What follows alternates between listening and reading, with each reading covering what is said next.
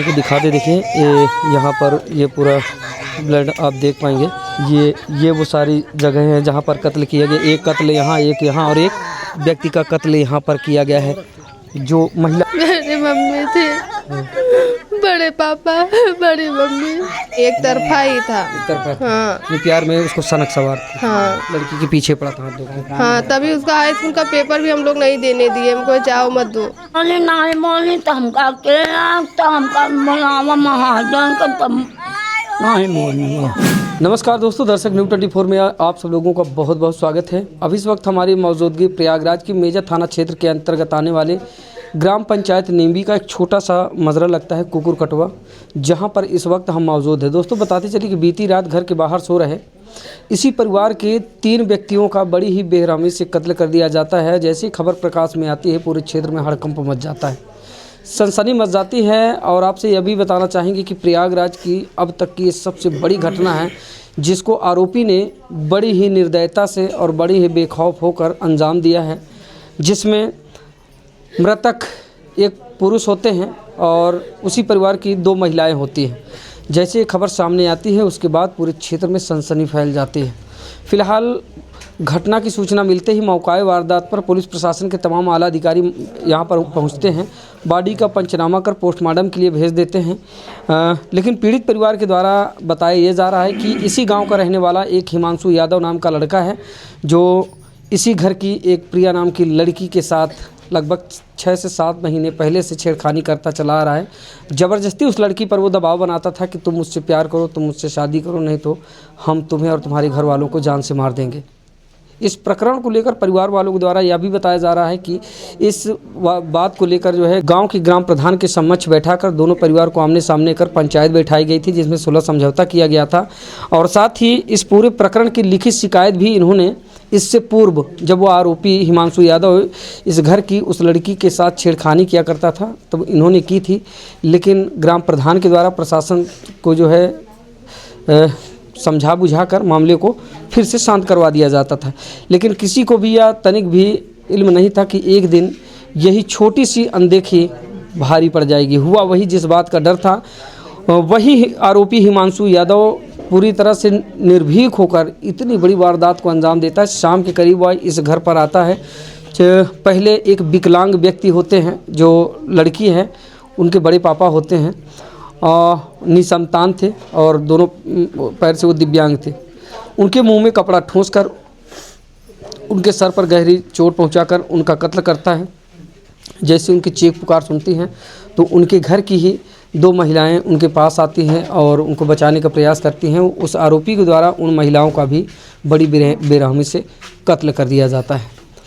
आइए जानते हैं दरअसल क्या है ये पूरा मामला, कैसे इस पूरी वारदात को अंजाम दिया जाता है। जो अंजाम देने वाला आरोपी हिमांशु यादव, अभी तक उसकी गिरफ्तारी हुई या फिर नहीं, या फिर क्या कुछ अभी तक की स्थिति है, आइए जानते हैं। क्या नाम है आपका? राधा। राधा। जो मरने वाले लोग हैं इसी घर के 3 लोग हैं? हाँ। कौन कौन थे? मेरी मम्मी थे। हाँ। बड़े पापा, बड़ी मम्मी। आपकी बड़े पापा, आपकी खुद की मम्मी, आपकी बड़ी मम्मी। हाँ। कब इस घटना को अंजाम दिया जाता है? रात को। रात में लगभग कितने बजे के करीब, कुछ जो बात सामने आई? 11 के अंदर से। हाँ, 10-11 बजा होगा, क्योंकि घर पे कोई नहीं था, वही 3 लोग थे ही। और एक वो उनकी वाइफ थी, वो पागल है ना, तो उनको ऐसे छोड़ दिया। अब वो कोई नहीं है घर पे, कोई उनको देखने वाला तक नहीं है। जो बड़े पापा थे वो दिव्यांग थे, उनकी पत्नी पागल है। हाँ। और उन्हीं के सहारे वो रहती थी। अब किसके सहारे रहेंगे? हाँ। अच्छा, बड़े पापा की उम्र क्या रही होगी? लगभग 60-65 होगी। 60 साल। और बड़ी मम्मी? बड़ी मम्मी भी 55 हो गई, मेरी मम्मी 50 ऐसे होगी। अच्छा, जैसा कि पीड़ित परिवार के द्वारा ये बताया जा रहा है कि इसी गांव का रहने वाला हिमांशु यादव नाम का लड़का इस पूरी वारदात को अंजाम देता है, तो क्या कुछ पूरा मामला है? आखिर क्यों हिमांशु यादव इस पूरी घटना को अंजाम देता है और अंजाम देने का कारण क्या हो सकता है? वो चाची की लड़की है, तो वहाँ पे वो उसी के पीछे पड़ा था, परेशान कर रहा था। तो गांव में कब से परेशान कर रहा था? 5-6 महीने हो गया होगा। उससे भी ज़्यादा हो गया होगा, 6-7 महीने।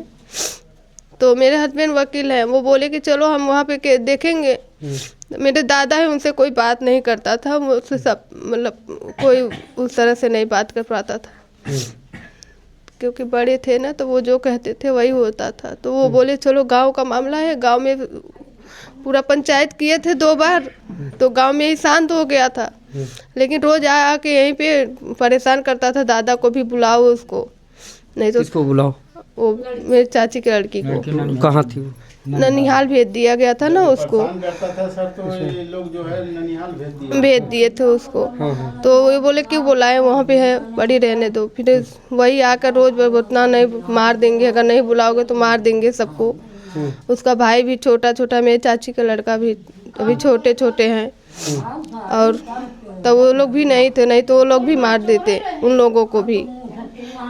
और अच्छा, आपको क्या लगता है कि हिमांशु यादव प्रेम प्रसंग के चलते इस घटना को अंजाम दिया था? तो उसका ये एक तरफा प्रेम था या फिर लड़की भी उससे प्यार करती? नहीं, एक तरफा ही था। एक तरफा था। हाँ नहीं, प्यार में उसको सनक सवार थी। हाँ लड़की के पीछे पड़ा था हाथ धो के। हाँ, तभी उसका हाई स्कूल का पेपर भी हम लोग नहीं देने दिए, हमको जाओ मत दो, इतना परेशान करके रखा। तो इससे पहले जब वो हिमांशु यादव के द्वारा इस पूरी वारदात को अंजाम दिया जा रहा था, तो उस समय प्रशासनिक कोई कार्रवाई किए थे आप? एक बार वो पुलिस आई थी, तो वही प्रधान से मिलकर वहीं से चली गई। अच्छा। हाँ, और यहाँ पे मेरे दादा भी नहीं चल फिर पाते थे उतना, क्योंकि गाड़ी से गिर गए थे, तो नहीं रह पाते थे, चल पाते थे ज़्यादा। अगर प्रशासन उस समय ठोस कार्रवाई किया होता तो आज ये वारदात अगर छेड़छाड़ का हो रहा था तो ये उसको करना चाहिए ना। हाँ, क्योंकि आकर पूछना चाहिए क्या हो रहा है क्या नहीं, 1-2 बार आकर भी पूछना चाहिए, लेकिन कुछ नहीं हुआ।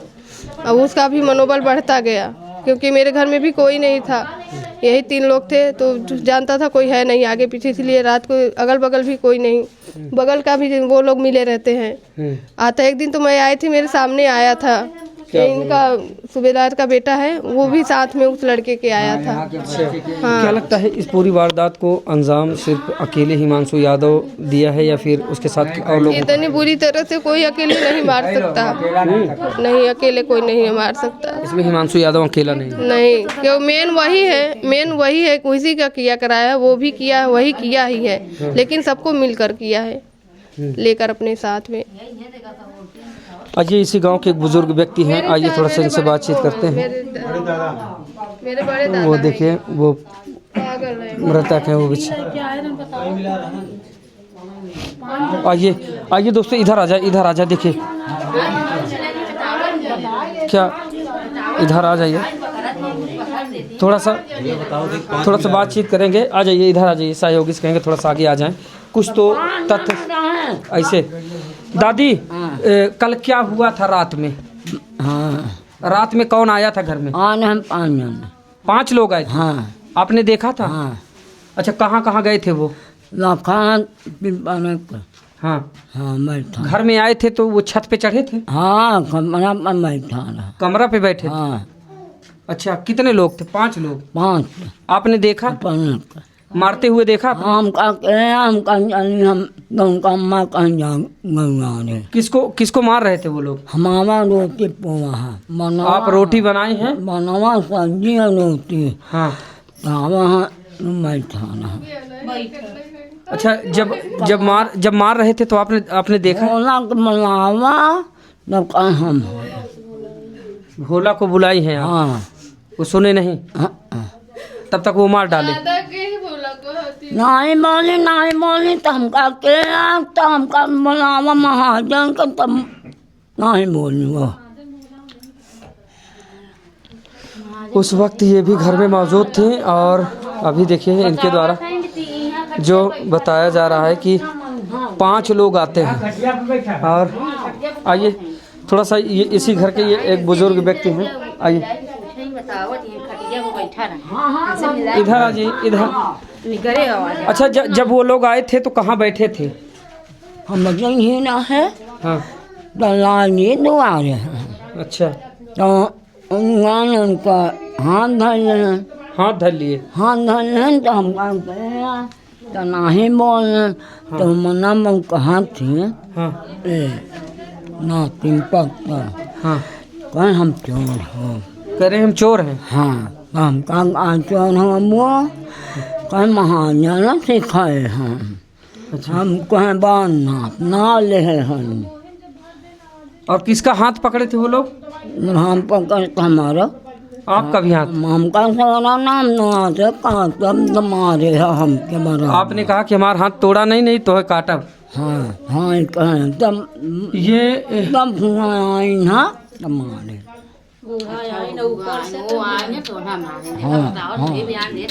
एक ही परिवार के 3 लोगों का बड़ी ही बेरहमी से, बड़ी ही निर्ममता पूर्वक कत्ल कर दिया जाता है। ये मृतक जो एक शख्स हैं, बुजुर्ग हैं, उनकी पत्नी हैं। हालांकि ये थोड़ा सा मानसिक रूप से वो है, लेकिन इतना इनको याद है कि 5 लोग घर में आते हैं, पहले यहाँ घुसते हैं, इनका हाथ भी पकड़ते हैं और फिर बाहर जाते हैं। जब इनके पति को मार रहे होते हैं तब इसी घर की एक महिला होती है, वो बचाने के लिए आगे बढ़ती हैं। फिर उसके बाद उनको भी मारा जाता है। 3 जगह दोस्तों जिस तरह से कत्ल किया गया, उस घटना स्थल को भी अभी दिखाएंगे। थोड़ा इसी घर के एक बुजुर्ग व्यक्ति हैं, इनसे बातचीत करेंगे। अच्छा दादा हैं आप, क्या नाम हुआ आपका? अमरनाथ। शांत रहिए थोड़ा सा आप लोग। क्या नाम हुआ आप लोग? अमरनाथ। अमरनाथ। जो मृतक हैं वो आपके कौन थे? मृतक एक भतीजा, 2 हमारी बहू है। अच्छा। हाँ। कब आपको पता चला कि आपके घर में इतने बड़ी सुबह वारदात? 7 बजे। सुबह 7 बजे। इस घटना को अंजाम देने वाला आरोपी कौन है? हिमांशु यादव उसके और साथी। अकेले व्यक्ति का काम नहीं है? नहीं, 6-7 आदमी। लगभग कितने बजे इस पूरी वारदात को अंजाम दिया गया? ये शायद हमको समझ में एक आदमी बताया कि जा रहा था कोई यादव है डॉक्टरी, और 3-4 आदमी खंभे के पास में वहाँ खड़े थे, वही। अब उस एक आदमी बताया है, अब उसका नाम हम जब और होगा खोलेंगे। ठीक है। हाँ। समय लगभग क्या रहा होगा जब अंजाम दिया गया? 10 साढ़े 10 था। और हिमांशु यादव गांव का ही रहने। आखिर हिमांशु यादव क्यों इस बड़ी वारदात को अंजाम दिया या फिर दिया होगा? वो पागल हो गया था। क्यों? प्रेम करने के लिए पागल हो गया था।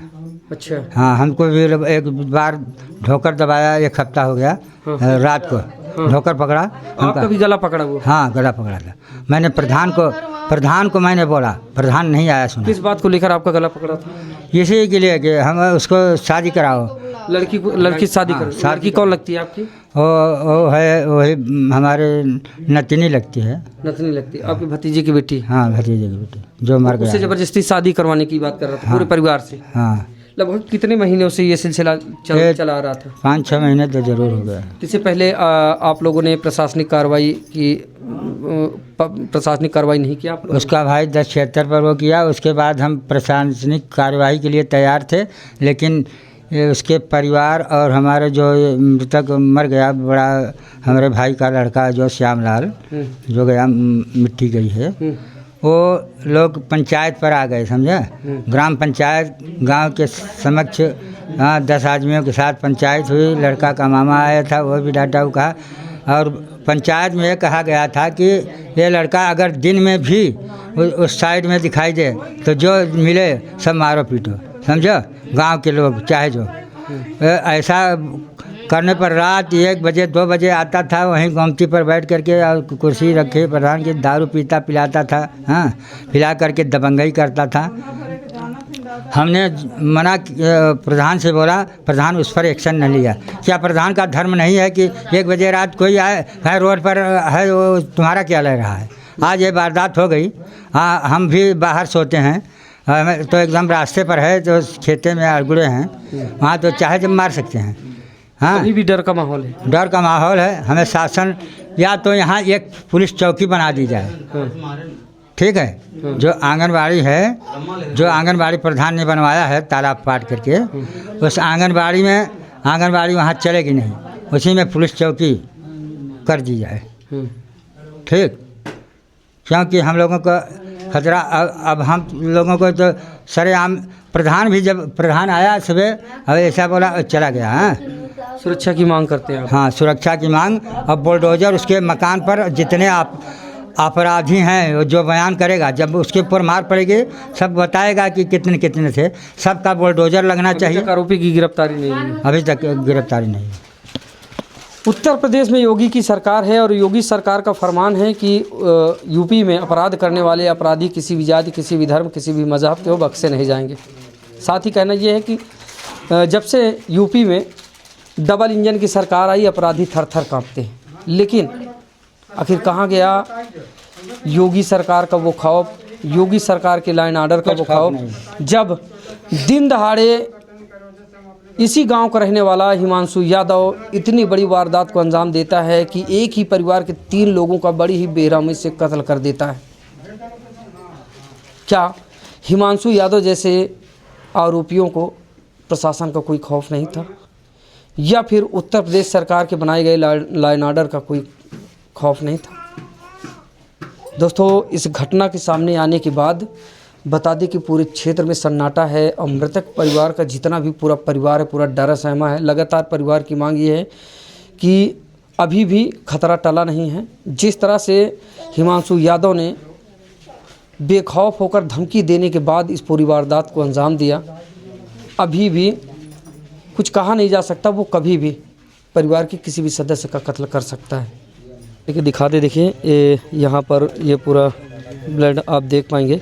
और इधर आ जाएं दोस्तों, यहाँ पर देखिए ज़रा, ये वो सारी जगह हैं जहाँ पर कत्ल किया गया। एक कत्ल यहाँ, एक यहाँ और एक यहाँ आ जाएं, दिखाइए। बता दें कि इतनी बड़ी वारदात और ये गांव है, घर जाती है, 3 लोगों का कत्ल कर दिया जाता है, किसी को तनिक भी भनक नहीं लगती है। देखिए, एक व्यक्ति का कत्ल यहाँ पर किया गया है, जो महिला थी, जो मृतक की माँ थी, वो सॉरी जो बेटी थी उसकी माँ की दादी का कत्ल यहाँ पर किया जाता है। और इधर आ जाएं, यहाँ पर देखिए, घर के बाहर सब सो रहे थे और रात में इस पूरी वारदात को अंजाम दिया जाता है। एक का कत्ल यहाँ पर किया जाता है और एक आप देख पाएंगे यहाँ पर हैंडपंप है और यहाँ पर भी खून से पूरे जो इसका चबूतरा है वो पूरा सना हुआ है। परिवार पूरी तरह से सदमे में है। जैसे ही मौका वारदात पर प्रशासन पहुंचता है, बॉडी का पंचनामा कर पोस्टमार्टम के लिए भेज देता है। और अब देखना यह होगा कि आगे चलकर इस पूरे प्रकरण में क्या कुछ कार्रवाई होती है। इसमें कोई ठोस कदम प्रशासन के द्वारा उठाया जाएगा या फिर हिमांशु यादव जैसे जो आरोपी हैं इसी तरह से बेखौफ होकर ऐसी वारदातों को अंजाम देते रहेंगे। फिलहाल इस पूरी घटनाक्रम को सुनने और जानने के बाद आप लोगों की राय क्या है, कमेंट करके अपनी राय को जरूर साझा कीजिएगा। मिलते हैं फिर से किसी नई अपडेट के साथ, तब तक के लिए नमस्कार।